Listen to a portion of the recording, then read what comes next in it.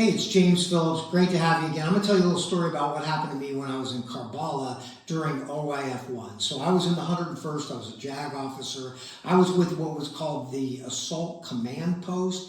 General Petraeus was running the war as we, the 101st, were going up through Karbala. Then we went up through Baghdad, and then we fought our way into Mosul. So one of the things that was very interesting is that, if you'll remember, there was a lot of talk about weapons of mass destruction at that time. And so as we were moving into Karbala, so 2nd Brigade reported that they had found weapons of mass destruction or a lab in Karbala that needed to be checked out. So as the JAG that was working for the Assault Command Post, I got driven out by myself with General Frakely and his team that was protecting him, and they dropped me off at this prison in Karbala that had been taken over by 2nd Brigade. And the people of Iraq were trying to come over, and the Karbala citizens were trying to come over the walls to get into this prison because they had heard that their relatives were there being held and were, basically had been there forever by Saddam Hussein, and they wanted to see if they were alive. Now, unfortunately, there was nobody left alive in the prison when we got there.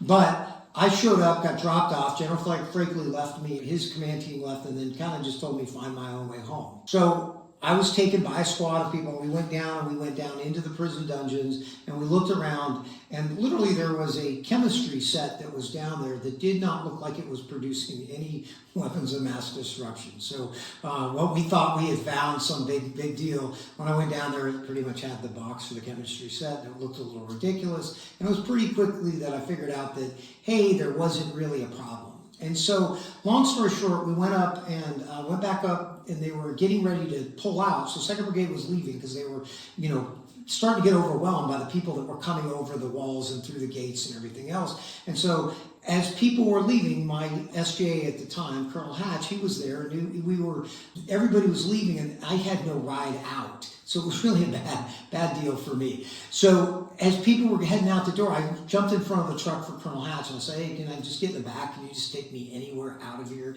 Because I did not want to be left alone as a JAG by myself in a prison with people coming over the walls and being very disappointed not finding their relatives. So as we started driving, we took our vehicle, and 2nd Brigade went off one way and we went off another.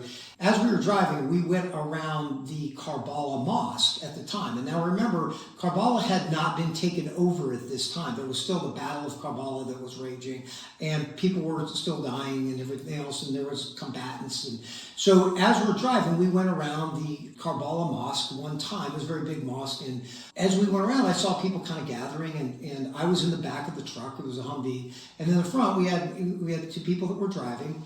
And then we went around the Karbala Mosque a second time, and people were beginning to get more and more people around the mosque, and they were looking at us, and they were starting to seem like they had weapons and things were going on. And so when we went around the mosque the third time, I reached my head in through the back of the Humvee, and I said, hey, Sergeant, do you know where you're going? Because we can't go around a fourth time, because I think we're not going to make it around a fourth time. Like, we're going to get killed. So he said, no, I don't really know. And so luckily, I've just got a sense of where I am at all times. And so I just asked the commander who was in charge of the drive, and I said, hey, he was in the right sense. Can I just start making calls on how to get out of here? And he was like, sure, I need help. So I was able to then take over, and I said, hey, you need to take a left here, and you need to take a right here, and you need to get out of there. And so we finally got home, and I got everybody out of there. But it was always interesting to me that as a JAG, I was so important that I almost got left in Karbala, I almost got killed at the Karbala Mosque, and then finally I was able to get us out of there just because I have a good sense of direction. So, interesting story about my time as a JAG. It's not always about the law, sometimes it's about just getting out of there. So if you want to give me a call, 931-217-7648. You can email me at jphillipslaw22@gmail.com, or you can just click us and set up an appointment.